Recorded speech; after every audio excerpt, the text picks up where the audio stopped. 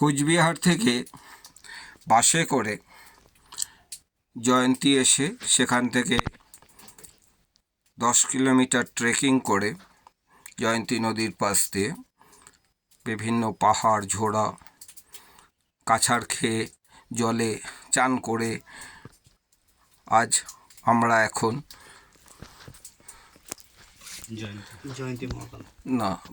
ভুটানের বড়াও মহাকাল মন্দিরে উপস্থিত হয়েছি।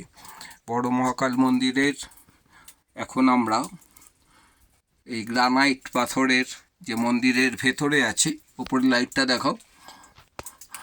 আর এখন আমরা এই মা কালী মন্দিরের এখানে মায়ের কাছে। আশা করি এই ছবি আপনাদেরও যথেষ্ট ভালো লাগবে। এবং রাস্তা যদিও অতিশয় বন্ধুর এবং সংকটপূর্ণ, বয়স্ক যারা আছেন তাদের অবশ্য না আসাই ভালো, কারণ সমুদ্রপৃষ্ঠ থেকে এর উচ্চতা যথেষ্ট বেশি, সেই হিসাবে যথেষ্ট অক্সিজেনের ঘাটতিও দেখা যায়। ধন্যবাদ। রাম রাম।